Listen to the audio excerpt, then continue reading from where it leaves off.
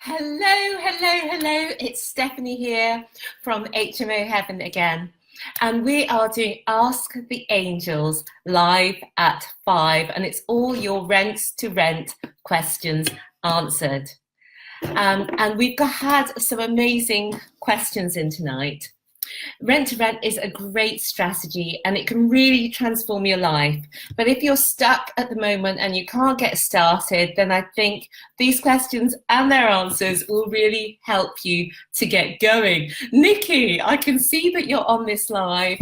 Could you please share the video from HMO Heaven page and then share it onto HMO Heroes so that it comes live in there? Oh, Nikki's put a thumbs up. Normally, she's not very good with Facebook, so I usually get the questions, how do you share? Okay, so hopefully this will then pop up on the HMO Heroes Facebook group as well. So if you have questions as we go through tonight, ask them in the comments, and I've got control of my scroll bar this time, so I will be able to see them. Ask them in the comments, and I'll either answer them tonight or I will come back to them and come on live again. Okay, so if you're interested in more after this, hold tight for the end of this video where I'll be explaining how you can work with us a little bit more if that's something that's of interest to you. So let us get right in there with the first questions. Now, I've grouped the questions together because there's two types of questions today. There's some questions are about getting deals and some questions are about contracts. And I know that contracts really do fox people, so I know you'll get a lot of value out of that part of this evening. So first of all, let's start off with Mike Cohan's question, and it is, would you add a get out? Oh, sorry, that's the wrong one. He's asked more than one. How best to work with estate agents? And I think this is something that a lot of people do struggle with. But the main thing is that you know that you can give them what they want, which is to pay the rent on time, to look after the property, and to pay the rent on time, to look after the property, and to help them get paid. So basically what you need to do is develop your relationships, see them regularly, get to know them, apart from the property side of things, get to know them as a person, and show them what you're doing and show them that you can help. The main thing is to get across that you will do what you say you will when you say you will do it. So that when you say you're going to call them, you call them. When you say you're going to send them an email, you send them an email. So they come to see you as a reliable person who's going to help them do what they want to do, which, yes, they want to get the property let out. Yes, they want the property looked after. But most of all, they are a business as well. So they want to help their bottom line. If you can show a letting agent how you're going to help them get their bottom line covered more easily with less work, then obviously they're going to partner with you. But sometimes it does take a while to bring that up. So my action tips really to help you make this happen are to go in regularly, or at least go in at least at the start, and then call up regularly, find out what the property's on, have a little chat with them. Maybe you're both into football, maybe you've both got a family. Find those, what they called, points of interest that you both agree on, and use those as well so that you can build a relationship beyond just being just about the properties. Okay, so basically, yeah, keep going in there, be persistent. What I would say is when you first go out to the agents, you'll learn which agents are warm to rent and which are cold. Okay, and once you know that, only deal with the warm ones. So maybe you try out 20 or 30 agents in your area and about 6 are warm to the idea, and the door is open. So just deal with those 6, and weekly or fortnightly go in and see what properties are on, see any HMOs, let them know exactly the type of property that you're looking for that works for you in your area, and build up that relationship weekly or fortnightly. You will get deals. If there's a way for them to make money working with you, then they will do. So you just need to show them that that would be a good thing for you, and that it's a low risk strategy, because a lot of the times they might not want to work with you if they foresee the risk as being higher than the reward. So stick in there and keep working with them. So that was for you, Mike. Let me know if there's still gaps in your knowledge after that. Now, next question is from Jordan Baldwin. Thanks for this, Jordan. And the question is, how to build up rapport on a cold call.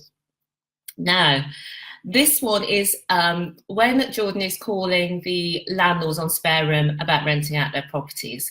Now, remember, Jordan, and anyone who's doing this, landlords will be suspicious because they get so many calls. Their property's on Spare Room, they're looking for tenants, and they get so many calls from agents. So already there's sort of a bit of a barrier there that makes it a little bit harder. There's a hurdle for you to get over. So I think first thing is just know that, and know that you will have to be persistent. A lot of people are not going to want to speak to you. So the first thing is call up to solve their problem. They want their property rented out. That's what you want to do.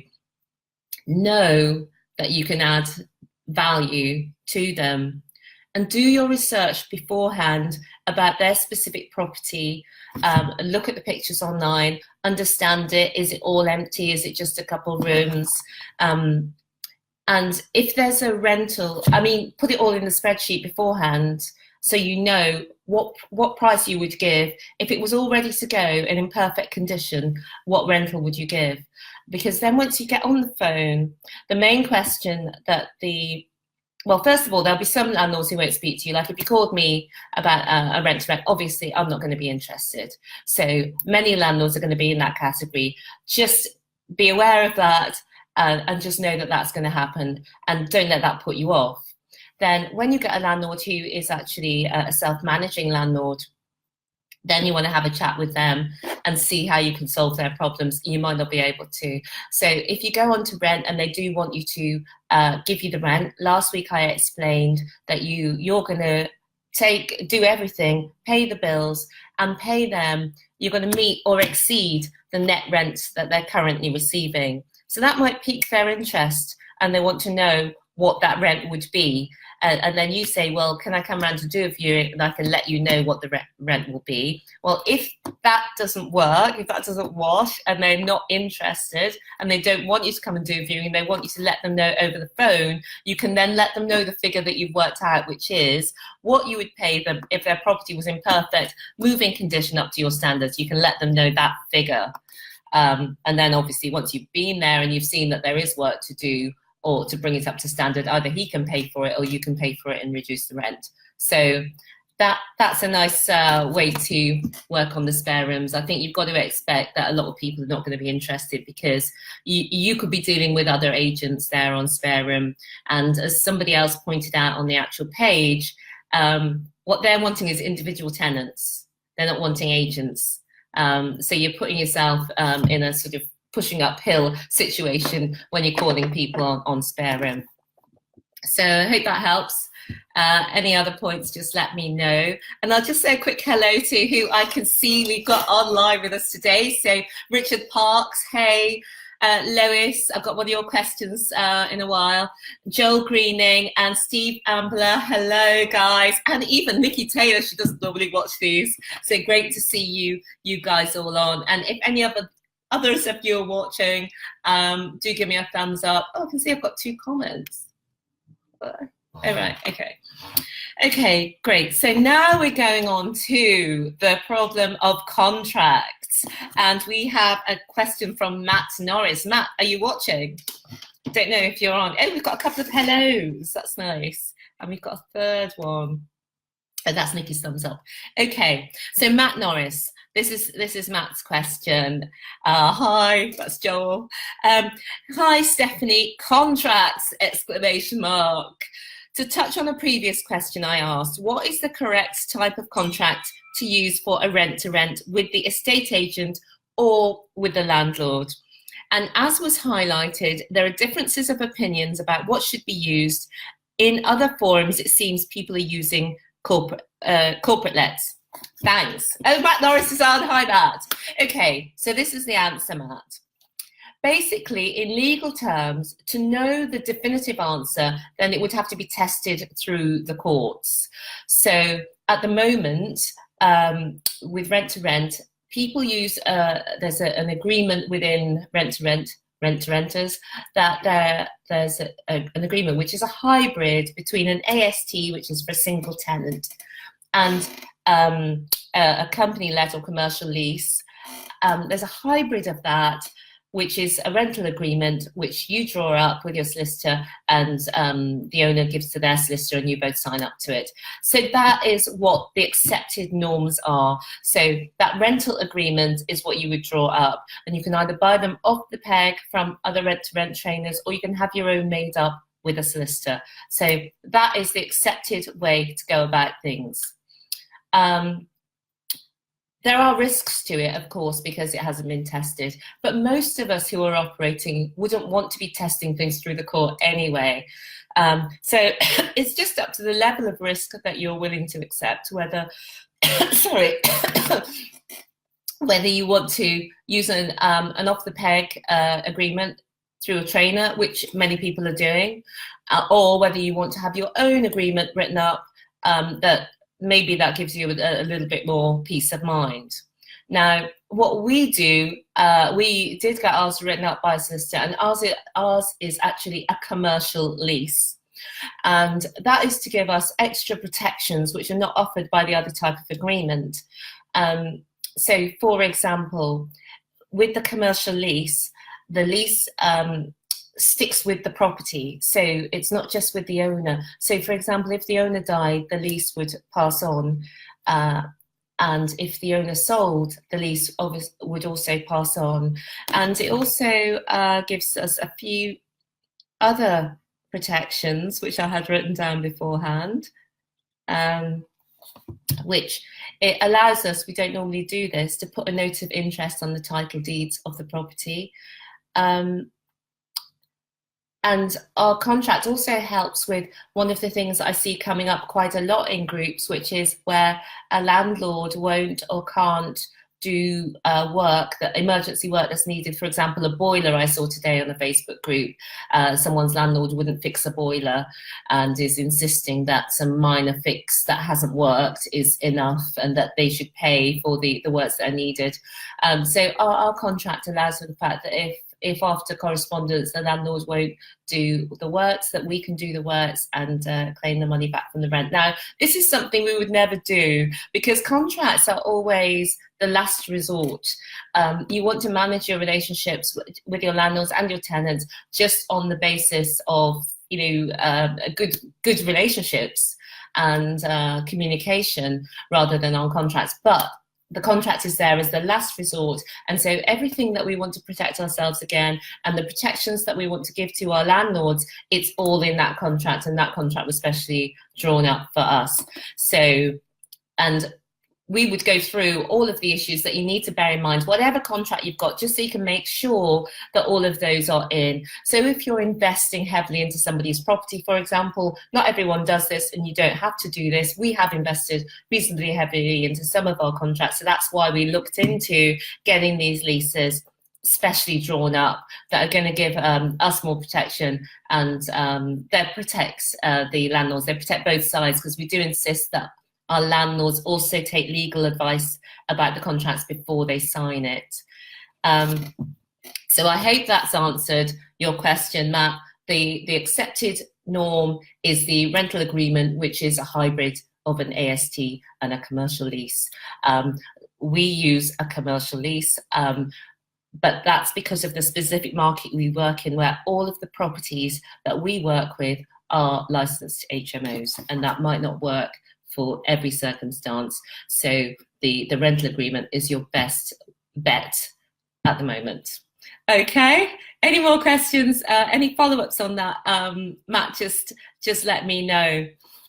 The other thing you need to do to make sure the contract's not the only thing, you need to make sure that your business is actually set up in the correct way to enable you to enforce your contract if need be. So, for example, are you a member of the ICO?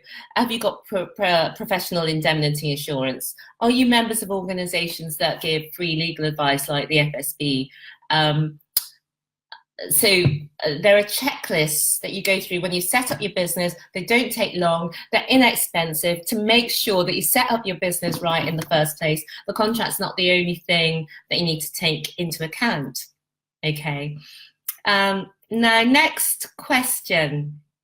We've got Phillips, Daramola and Matt Norris both wanted to know, in a rent-to-rent deal with an agent involved, what type of contract do you give the agent? Now, this is a great question. And the reason why you're probably asking this question is because you've heard so many people using all different types of contracts, including ASTs, corporate lets, as you said earlier, Matt, corporate lets and stuff that's contracts that are written up by the letting agent. Now, people have worked with those contracts and they haven't had problems, but if it came to court, those would be difficult, unenforceable, because an AST is for an individual tenant and it's not for a company. And a corporate let doesn't allow you to do what you need to do, i.e. to sublet. So people have just adapted those slightly and worked with that. That is okay if that's what they want to do.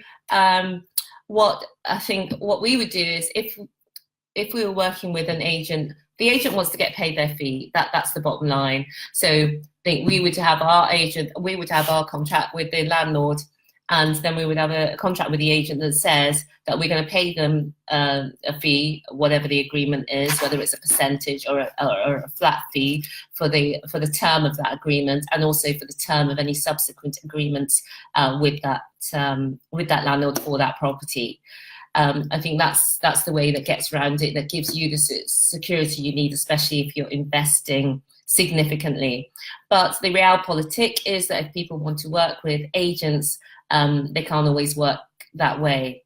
Where we've worked with agents, we've always done it on introductions only, so we've not had that sandwich situation.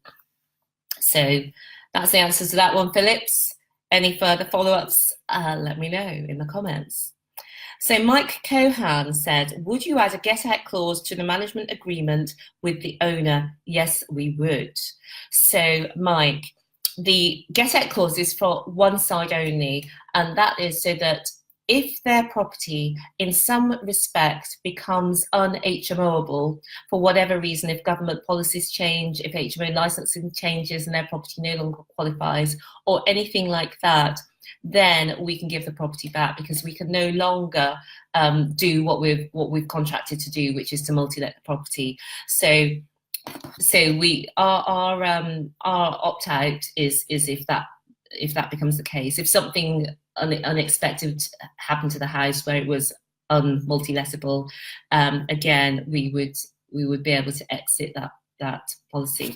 Now, we don't give the owners a 6-month break clause, because if we've invested and we're recouping that investment over a period of 5 years, then we can't exit at 6 months. But the sellers have the comfort that they know that if we do not deliver what we said we're going to deliver, then they can exit. So if we don't pay the guaranteed rent, if we don't look after the property under the terms of the lease and all of that stuff, then they can exit. But so far, obviously we've never needed to exit a contract, and none of our landlords have wanted to exit either. So the next one is Melanie Garrigue, and she says, hi Stephanie, how do you choose the right solicitor to write up a contract? Do you walk into any solicitors that deals with property? I would say to deal with a commercial property solicitor, a solicitor that's used to dealing with commercial property, because residential property solicitors are not always aware of all the different ways that these contracts can be set up. before you go into it, you need to know from other companies what the important things are, what are the things that come up during the course of contracts that you need to protect yourself against, what are the things that are the landlord's concerns that they're concerned to protect themselves against, although their solicitors, the landlord solicitor, will look at that side. So you look at the things that you need to protect yourself against, and you make sure that all of those things are in the contract. So that's how I would choose. You speak to people who've used. Solicitors tend to work on their own time scale. We've used several over the course of business, different conveyances, different contracts, and they tend to work to their own time scale. So I think it's good to get a referral to make sure that you know that you're working with somebody who can deliver what you're looking for. Okay. And Lois has asked, okay, my question is, what should be included in an investor funds contract? Should it be drawn up legally? Well, yes, definitely should be drawn up legally. And solicitors are inexpensive compared with what happens when contracts break down. So again, like I was saying before, you need to work out what are the things that could go wrong. Speak to people who've been in JVs before of the type that you're having, and just see what are the issues that they've had.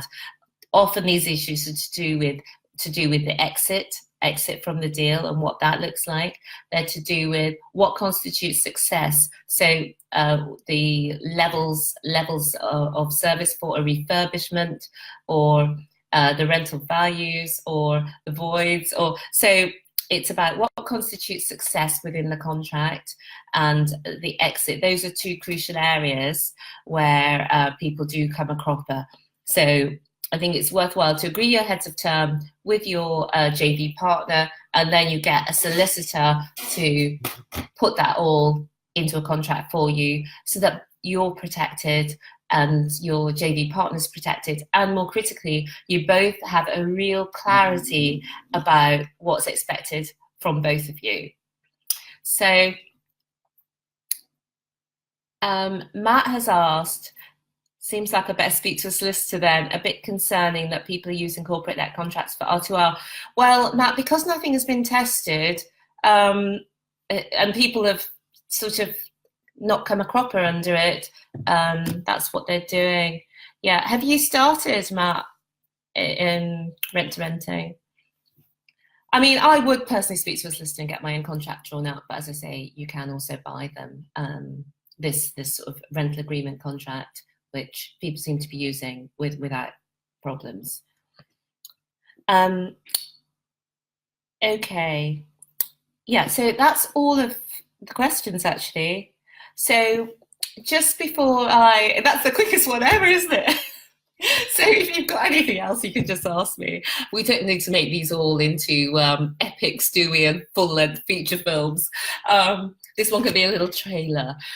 So just wanted to let you know as well, I mentioned it last time, we've written all our systems together that say everything about how to set up the business the right way, how to do your contract, how to get the deals, and everything you need, all of our tips, tricks and templates to get your first deal in the bag. Because Rent to Rent is such a great tool. We started 2.5 years ago, I think it is, and we've got 12 properties that we've already got online on these 5-year contracts. The very first contract we did for two properties, yes, we did for 3 years, and that landlord has just signed up with us again for a further 5 years, which is fantastic. So we'll have had by the time 8 years with that property, and we did do quite a big refurb on that one, so that's great that that we've got that going forward. And that single property alone is in 6 figures on the income. So what I want to share with you is how that can really change your life. And lots of people do ask me, and I get my inbox does get quite full of people asking me different queries, how to choose their area, how to choose their area, things like this, actually, contracts, how to get the deals. And I wanted to be able to share what we know rather than always referring them on to other people, because I want to be able to deliver that value and share what we know with people and help other people to do what we've done. And so we've finally done that. We've got it all written down. We'll be starting next January with the Get Your First Deal course. And the very first course we do, it's an online course, but the very first one we do, I'm going to be in it with people every week. So you'll get me online every week, going through each module of the course and all the steps that you need to take. So it's a real opportunity, because we going forwards after that very first one, we'll just have it as an online thing and we won't be in it ourselves. So I'll put the link up so you can register if you want to hear about that when we do start it up. So that's Get Your First Deal, and I'll put the link next to it, and you can let me know if you want to be involved. But thank you all so much for being on with me tonight. It's great to have you there, and great to have that little correspondence and chat. I just want to say hi to Geraldine, who's joined, and Matt's just saying he's early days speaking to agents and sourcing the properties. That's great news, Matt. I look forward to hearing as you move forward and get your first deal. And hey, Clive. Clive's been doing it for years. You could be teaching, you could be sitting this side of the camera, really, couldn't you? Right, okay, guys, I'm not going to lengthen this out. I look forward to seeing you next week. Bye for now.